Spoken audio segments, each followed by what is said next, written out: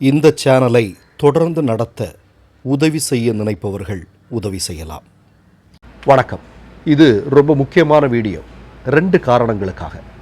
முதல் காரணம் என்ன அப்படின்னா, டிசம்பர் 17ஆம் தேதியிலிருந்து எப்ஸ்டெயின் ஃபைல் என்று சொல்லக்கூடிய ஒரு விஷயம் உலகம் முழுவதுமே மிகப்பெரிய அளவில் பரபரப்பை கிளப்பி கொண்டிருக்கிறது. இந்த எப்ஸ்டெயின் யார் அப்படிங்கிறத நம்ம ஏற்கனவே சொல்லியிருந்தோம் இல்லையா? இந்த எப்ஸ்டெயினுக்கும் நம்முடைய இந்தியாவுடைய பிரதமராக இருக்கக்கூடிய நரேந்திர மோடிக்கும் என்ன தொடர்பு என்பதை பற்றி இந்தியாவில் இருக்கக்கூடிய ஊடகங்கள் எல்லாம் அலசி ஆராய்ந்து பார்த்து கொண்டிருக்கின்றன. இப்போ இதற்கான ஒரு பதில் இன்னைக்கு கிடச்சிருக்கு.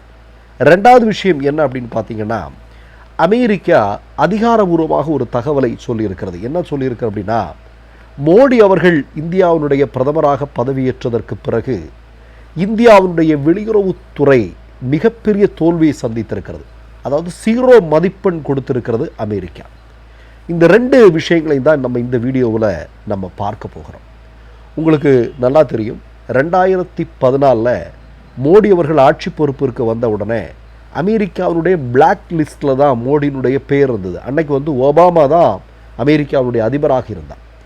ஆனால் அதன் பிறகு ட்ரம்ப் ஆட்சி பொறுப்பிற்கு அங்கே வந்ததற்கு பிறகு அங்கே இருக்கக்கூடிய ஆர்எஸ்எஸ் காரனுங்க, நமக்கு எல்லாருக்கும் தெரியும், நம்ம ஏற்கனவே சொல்லியிருக்கோம், நிமிர் பதிப்பக ஒரு புத்தகம் வெளியிட்டிருக்கிறாங்க. அதில் அமெரிக்காவில் இருக்கக்கூடிய எந்தெந்த ஆர்எஸ்எஸ் காரன் மிகப்பெரிய அளவில் ஆர்எஸ்எஸ்க்கு ஃபண்டு சேகரிச்சுட்டு இருக்கிறான், ஆர்எஸ்எஸ்னுடைய பைகளாக யாரெல்லாம் இருக்கிறாங்க அப்படிங்கிறதுனுடைய ஆதாரங்கள் எல்லாம் அதில் இருக்குது. இப்போ இந்த குரூப் என்ன பண்ணுறாங்கன்னா, ட்ரம்பை நேரடியாக போய் பார்த்து புரோக்கர் வேலை செய்கிறாங்க. அதையெல்லாம் செஞ்சு முடித்ததுக்கப்புறம் தான் மோடி அமெரிக்காவிற்கு செல்வதற்காகவும், பிறகு உங்களுக்கு தெரியும் ட்ரம்பை புகழ்ந்து பாடுவதற்காக எத்தகைய நிகழ்வுகளெல்லாம் ஆர்எஸ்எஸ்ஸால் ஏற்பாடு செய்யப்பட்டது அப்படிங்கிறதெல்லாம் உங்களுக்கு தெரியும். இப்போ நீங்கள் பார்த்தீங்க அப்படின்னா, அமெரிக்காவில் இந்திய தூதரகங்கள் இருக்கிறது அல்லவா, இந்த இந்திய தூதரகங்கள் அப்படிங்கிறது எந்த விதமான செயல்பாட்டும் இல்லாமல் சும்மா இருக்குது அப்படிங்கிறதா இன்றைக்கு வந்திருக்கக்கூடிய அதிர்ச்சிகரமான தகவல். அதாவது நீங்கள் ட்ரம்பினுடைய அட்வைசராக இருக்கக்கூடிய ஸ்டீவ் பேன் அப்படின்னு சொல்லக்கூடிய ஸ்டீவ் பேனன் என்று சொல்லக்கூடிய ஒருத்தர், இவரை எப்ஸ்டெயின் என்று சொல்லக்கூடிய நபர், இவர் மோடியை ஸ்டீவ் பேனனுமாக ஒரு கலந்துரையாடல், ஒரு பேச்சுவார்த்தை இதை நடத்துறதுக்கு இடைத்தரகராக செயல்பட்டார் அப்படிங்கிற ஒரு செய்தி தான் மிகப்பெரிய அளவில் வெளிவந்திருந்தது அப்படிங்கிறதெல்லாம் உங்களுக்கு தெரியும். இப்போது அமெரிக்காவில் இருக்கக்கூடிய ஒரு தூதரகம், இந்தியாவுடைய ஒரு தூதரகம், இந்த தூதரகம் வழியாக என்ன வேணாலும் பண்ணலாம், பேசலாம், பேச்சுவார்த்தைகள் நடத்தலாம். அவசர காலகட்டங்களில் பல்வேறு உதவிகளை அமெரிக்கா பல காலங்களில் செய்திருக்கிறது. இப்போ மன்மோகன் சிங் அவர்களுடைய ஆட்சி காலத்தில் மும்பையில் மிகப்பெரிய தாக்குதல்கள் நடந்தபோது உங்களுக்கெல்லாம் நல்லா ஞாபகம் இருக்கும், பல தொழில்நுட்ப உதவிகளையும் அதற்கு பின்னால் இருந்தவர்களை கண்டுபிடிப்பதற்கும் அமெரிக்கா மிகப்பெரிய உதவிகளை எல்லாம் செஞ்சது. அப்படிங்கிற இந்த மாதிரி எமர்ஜென்சி காலகட்டங்களில் பல்வேறு நேரங்களில் இது மாதிரி நடந்ததுண்டு. ஆனால் இன்றைக்கு என்ன அப்படின்னா, இந்த ஸ்டீவ் பேன் என்று சொல்லக்கூடிய ட்ரம்பினுடைய மிக நெருக்கமாக இருக்கக்கூடிய நபர், அவரை மோடியும் அவரும் பேச வைப்பதற்காக எப்ஸ்டெயின் இடைத்தரகராக வந்திருக்கிறார் அப்படிங்கிற தகவல் வெளிவந்திருக்கக்கூடிய நேரத்தில் அங்கே இருக்கக்கூடிய இந்திய தூதரகங்கள் என்ன செய்து கொண்டிருக்கிறது அப்படிங்கிற ஒரு மிக முக்கியமான கேள்வி எழுப்புறது. ஏன்னா இந்திய தூதரகங்கள் நேரடியாகவே அமெரிக்காவுடைய அஃபிஷியல்ஸை இன்றைக்கு ஆளும் அதிகார வர்க்கத்தினுடைய அஃபிஷியலை மீட் பண்ணி என்ன வேணாலும் பேசலாம், இது பண்ணலாம். இதுதானே 2 நாட்டுக்கும் இடையில் இருக்கக்கூடிய விஷயம். ஆனால் இந்திய தூதரகம் முழுமையாக செயல்படாமல் இருக்கிறது. அப்படின்னா அங்கே இருக்கக்கூடிய இந்திய தூதரகங்களுக்கு மாதம் நீங்கள் பார்த்தீங்கன்னா ஏறத்தாழ ஒரு 30 கோடி 40 கோடி ரூபா நம்ம செலவு பண்ணுறோம். மக்கள் வரிப்பணத்திலிருந்து அங்கே இருக்கக்கூடிய இப்போ ஜெய்சங்கர்னு ஒருத்தர் இருக்கார், உங்களுக்கெல்லாம் தெரியும். இந்த ஆர்எஸ்எஸ் குரூப்பில் நீங்கள் பார்த்தீங்க அப்படின்னா, அந்த பாகுபலியில் வர்ற அந்த கிராஃபிக்ஸ் இருக்குல்ல, இந்த கண்ணில் இருந்து மின்னல் வெடிக்கிற மாதிரி போட்டு நம்மளெல்லாம் ஏமாற்றிட்டு இருப்பாங்க. ஜெய்சங்கர்னா அப்படிப்பட்டவர் இப்படிப்பட்டவர். ஜெய்சங்கர் வந்த பிறகு எல்லாமே டோட்டலாக காலி, உங்களுக்கெல்லாம் நல்லா தெரியும். அப்போ இந்த ஜெய்சங்கருக்கு 2 லட்சம் ரூபாய்க்கு மேலே சம்பளம் இருக்குது. அதே மாதிரி பல முக்கியமான பொறுப்பாளர்களுக்கு 1.5 லட்சம் 2 லட்சம் 3 லட்சம், பிறகு அந்த அலுவலகத்தில் செயல்பட்டு கொண்டிருப்பவர்களுக்கான சம்பளம், இதெல்லாம் சேர்த்து பல கோடிகள் வருது. இதெல்லாம் நம்ம மக்கள் வரி பணத்தில் கொடுத்துட்டு இருக்கிறோம். ஆனால் அந்த தூதரகத்தால் ஏதாவது நன்மைகள் இருக்கிறதா அப்படின்னா ஒன்றுமே கிடையாது. இப்போ வந்திருக்கக்கூடிய அதிர்ச்சிகரமான தகவல் என்ன அப்படின்னு பார்த்தீங்கன்னா, ஜெய்சன் மில்லர் என்று சொல்லக்கூடிய நபர், இவர் ட்ரம்பினுடைய முன்னாள் நெருக்கமான ஒரு நபர். அவர் ஒரு ஸ்தாபனத்தை நடத்திட்டு வர்றார். இந்த ஸ்தாபனத்திற்கு மோடி என்ன பண்ணுறார் அப்படின்னா $1.5 லட்சம் மாதம் கொடுத்துட்டு இருக்கார். மாதம்னா நீங்கள் 3 மாதத்திற்கான பணத்தை முன்கூட்டியே கொடுக்கணும். ஏறத்தாழ $4.5 லட்சம் வந்து முன்கூட்டியே கொடுத்துடணும் அப்படிங்கிற ஒப்பந்தத்தினுடைய அடிப்படையில் மோடிக்கு இன்றைக்கு என்னென்ன தேவைகளோ, அதாவது மோடினா இப்போ நீங்கள் பார்க்குறதுனா நம்முடைய இந்தியாவை ஆட்சி செய்யக்கூடியது மோடியினுடைய அரசாங்கம் இல்லையா?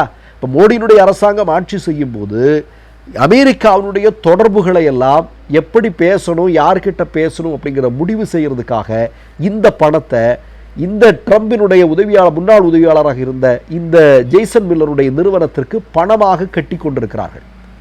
இப்போ என்னென்னா நேரடியாக பேச முடியாது, இடைத்தரகரை வச்சு தான் நீங்கள் இந்தியா என்று சொல்லக்கூடிய உலகின் மிகப்பெரிய ஜனநாயக நாடு, அது எவ்வளோ பெரிய நாடு அப்படிங்கிறது நமக்கு எல்லாருக்கும் தெரியும், நம்முடைய நாடு.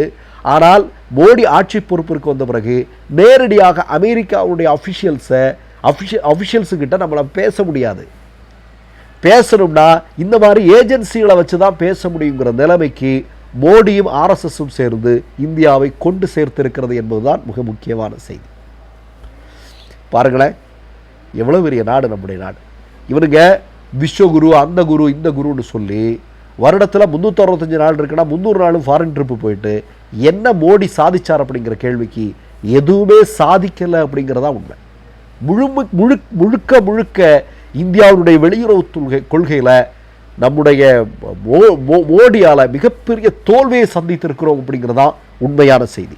இப்போ நீங்கள் இதில் பார்க்கணும், இப்போ இந்த இடத்துல எப்ஸ்டைன் எங்கே வராரு அப்படின்னு நீங்கள் சொல்லணும். இப்போ எப்ஸ்டைன் யார்?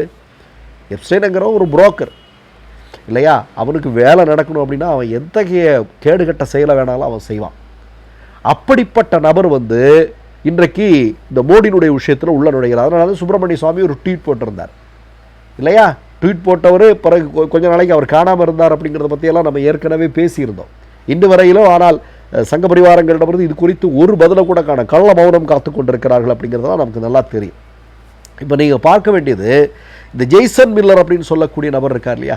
இந்த ஜெய்சன் மில்லர்னு சொல்லக்கூடிய நபருக்கும் இந்த எப்ஸ்டைன்னு சொல்லக்கூடிய நபருக்கும் இடையே இமெயில் போக்குவரத்து நடந்திருக்கிறது. அதற்கான ஆதாரங்கள் இன்றைக்கு வெளிப்பட்டிருக்கிறது.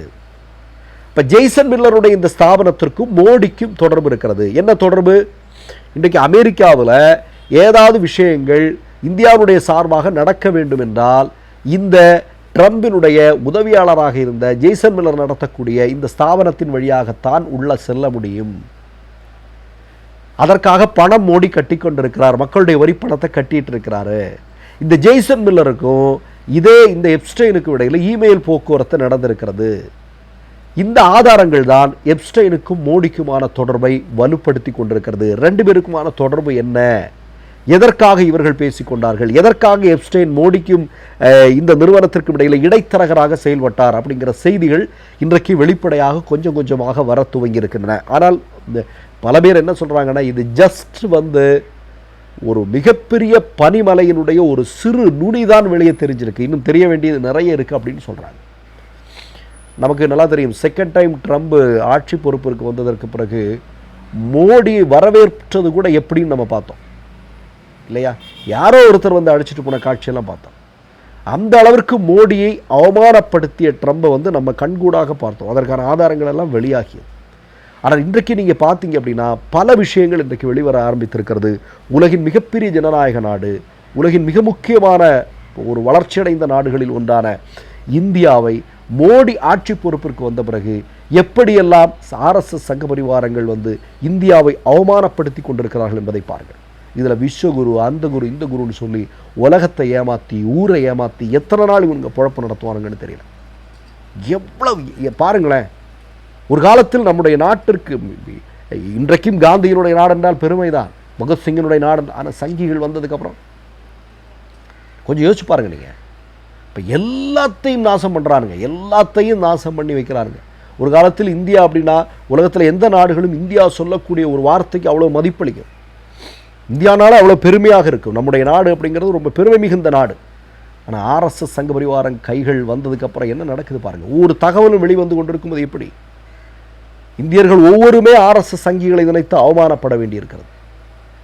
இவர்களை நினைச்சு நம்முடைய இந்தியா ஆர்எஸ்எஸ் நினைத்து இந்தியா அவமானப்பட்டு கொண்டிருக்கிறது என்பதுதான் உண்மை. மொத்தத்தில் நான் முதல்ல சொன்ன மாதிரியே இது தெரிஞ்சிருக்கிறது அப்படிங்கிறது ஒரு சின்ன ஒரு ஐஸ்பர்கினுடைய ஒரு மிகப்பெரிய ஒரு ஒரு ஒரு ஒரு பனி மலையினுடைய ஒரு சின்ன நுனி தான் தெரிஞ்சிருக்கு. இன்னும் பெருசாக தெரிய வேண்டியது ஏராளம் இருக்குது. மற்றொரு நிகழ்வில் சந்திப்போம். நன்றி, வணக்கம். 3 யூடியூப் சேனல்கள் வியாபாரத்திற்கு இருக்கிறது. தேவைப்படுபவர்கள் இந்த எண்ணுக்கு தொடர்பு கொள்ளுங்கள்.